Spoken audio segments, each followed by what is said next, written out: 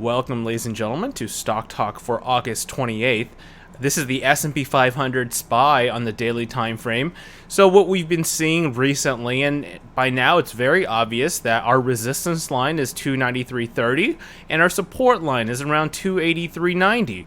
But what's more noticeable in the past few days, though the range has not changed, is that the bulls have been defending the yellow line, and that is the 150 period moving average. So we're looking at the technical side of things, and that's pretty strong for the bulls, because I've been pointing out to the fact that the S&P 500 continues to make a series of higher highs and higher lows. In order for bears to convince me of something else, there's a couple of criteria that has to be met, and those criteria have not been met just yet. So first of all, we're looking at consolidation above the 150, and we're certainly above the 200 and the red line, which is positive. And what the bulls have been doing in the past few days is, as the 150 has been sloping higher, the bulls have been guarding the 150 period moving average. Now, that doesn't mean we can't make a move lower, because we certainly can, but it gives bulls room to make a dive below and still paint a bullish picture. That's different, because what's happened, so if it was like this, so let's say we had the initial drop, right, and then we recovered back to the moving averages and we made another dive and this level didn't hold, that scenario would have been much more shakier if we did this sort of move and collapse to the 200 immediately rather than consolidation at this very area. This tells me that the bulls are still putting up a fight, but even if this fight isn't won, there's going to be a fight over here as well.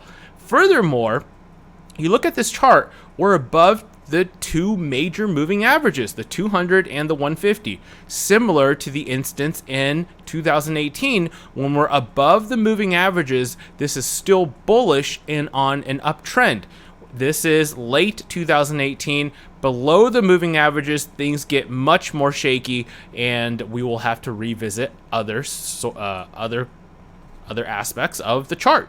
But for now, this is still a bullish chart. So again, same story as before. Expectation is bulls defending the 150 as the first line of defense. The bulls have been able to do that so far. Is that a positive or a negative? Obviously a positive sign.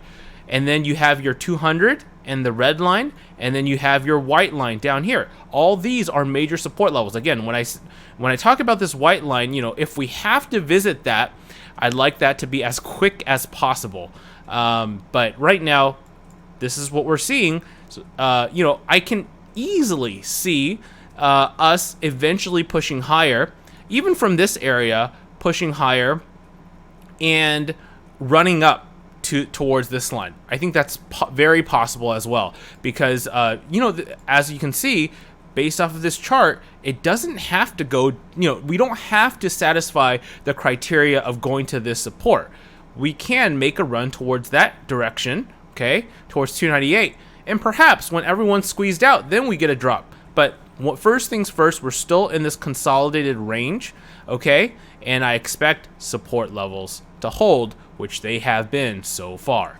So once again, let's go to TVIX. Remember, TVIX is one of my barometers in terms of whether my focus will be shifting from bullish to bearish. We've talked about this multiple times. This is the TVIX daily time frame. And once again, what's notable about this chart is we're still making a series of lower highs. And this is actually even with respect to this high, which is 2411. And so far, we have not been able to even exceed this high. Now, in order for me to flip from bullish to bearish, this is the high that I'm looking for. If we can exceed 2728, then my viewpoints will change. But we have not even gotten close to that area.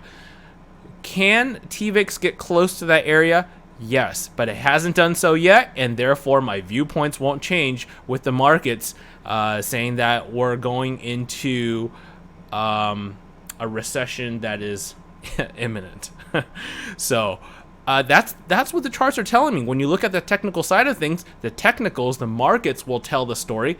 All we have to do is follow that story. All right? So today, we've seen these up and down moves. Intraday moves of 400 points on the Dow is not out of the norm. This is something I told the members. Obviously you can see the charts. Futures might be down negative 200, and by the next day it's up 200 points. Futures might be up 200 points and be down the next day, and you might see some intraday movements. It's not out of the norm recently because of this large trading range. So prepare, Okay, so we talked about TVIX. So indices today up 293 points. So on the Dow, pretty much every index was gaining. So let me just show you. If you were not looking at the charts today, I'll just show you the 5-day, 5-minute for those who have missed out. So again, here is the initial down move. This was on August 23rd, and now we're still putting in, or attempting to put in, more or less of a support or stand. You can't really see it on this chart, but you can see it better on the daily. So just wanted to point that out, and we will tackle some of your comments made on the last video in a moment. But right now we're going to flip to the crude oil chart. If you enjoy this video, please hit the like button. Just want to put that in. All right, crude oil. Okay, so crude oil, very noticeable here off of the inventory report today. Member told me, oh, look, inventory report, and then we collapsed. Well, we were also at a technical resistance level, so I think regardless of what the inventory report would have told us today, the likely scenario is that we'll still get rejected at this area and still get wedged in.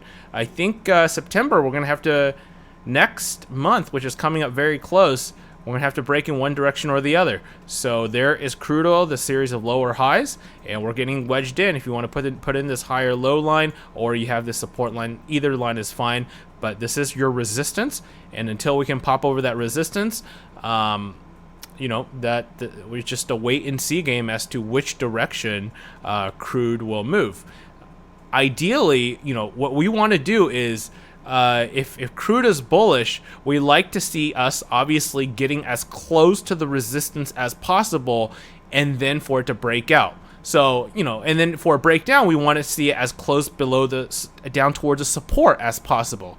And right now we're very close to the resistance. So if there is a bias to crude, we would say potentially there is a move higher. But again, we have to see it. This is still resistance here. So we'll see which direction crude will go. Natural gas. So natural gas, same old story. As you can see, the 50-period moving average acting as resistance. And this is pretty much what natural gas has been doing every single time, and that is getting close to the 50 and getting rejected. So if I expect this to reverse back to the upside, I need to see more days, okay? I can't just say 2 more days and, oh, it popped over and that's that. I need to see many more days, and I need to see some other signs for a flip, a reversal in this pattern. Otherwise, this is just going to be the traditional run-of-the-mill rejection at the 50. Rejection at the 50. And this can be very much a rejection at the 50 again. And so that's natural gas. Gold futures. Pretty strong move on gold. It broke above yesterday, 1543, 1544 on GC. So we'd be looking towards around 1600 as your next resistance line. So this is a positive development by gold. It's actually quite surprising the amount of energy, this is something I told the members as well, that gold had yesterday, and today we're keeping over the support line. This is quite strong for gold. So, and obviously this is on an uptrend. You can see up consolidation, up consolidation, up consolidation, and then now we're forming the next move to the upside. So we will monitor gold as well, and let's take a look at your comments. Space Ghost, it's all about the news, right? You're right that the markets are bullish. In a few minutes before Trump tweeted again, the markets looked like they wanted to go up, and as soon as he tweeted, bam. Yeah, tweets go both ways, right? I think what Trump sees, obviously, if we look at the news side of things, Trump doesn't want to see the markets falling, right? Especially going to a re-election. So you can see that Trump probably wants the market to be if he sees the market collapsing, a tweet will send it up. Regardless of what happens, tweet or whatnot, there's always going to be worries in the markets, guys. Ladies and gents, there's always going to be worries. It's not the first time that we have all sorts of worries over here. We've had worries in the past all the time. And we look at 10 years, there's always worries in the markets, okay? And this is nothing out of the norm. George, climbing the wall of worry. Well, yeah, this is still, right here. This is your wall right here on the S&P 500. This is, in fact, your wall of worry because you have this long pole, and one can speculate that this continues to be a bear flag for another push lower. So this is, a pretty hefty area in which bulls and bears are duking out. But, if we just keep a track on the big picture, we look at this above the moving average, it paints a pretty nice picture, a bullish outlook, regardless of how you take it. There's things that have to flip for me to flip bearish. I don't even see a lower high right now, or a lower low on the S&P 500. And when you look at the monthly, it doesn't tell me anything currently.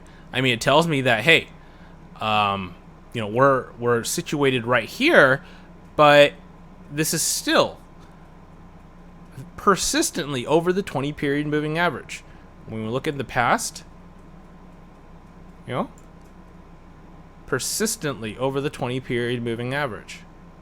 Obviously, the monthly can change quite a bit, but being above the 20 period moving average and then calling for a recession right now, again, it's very difficult to pinpoint and saying that, hey, this is the high, we're going into the bear market right now or recession right now, and it's risky. And then Velos, good to see you here. Nice analysis. If things break on Monday, you can buy TVIX, GLD, SH, SQQQ. Nice hedge if you're long. Yeah, so I think right now a lot of people are hedging their positions. They're hedging their positions in case there is a drop. Now, whether there is a drop or not, again, this is not a requirement in a bullish trend. Okay, a drop down towards this area is not a requirement, but if it does, that's why people have the hedge. So, I mean, I think it makes sense, but just be careful. Following the masses can be a fool's errand. Okay, so if everyone's pounding the door on a recession, chances are the markets will fly the other direction. Just be careful. Okay, thanks everyone for watching this video. Have a great Wednesday, and I will talk to everyone when there are some more major developments in the markets. Check out the course if you haven't. We're active on there pretty much every single day, and I'm always communicating with members on Discord and sharing my thoughts. So if you want to get a glimpse of that, take a look at the comment box down below. And until then, I will see you all soon. Take care.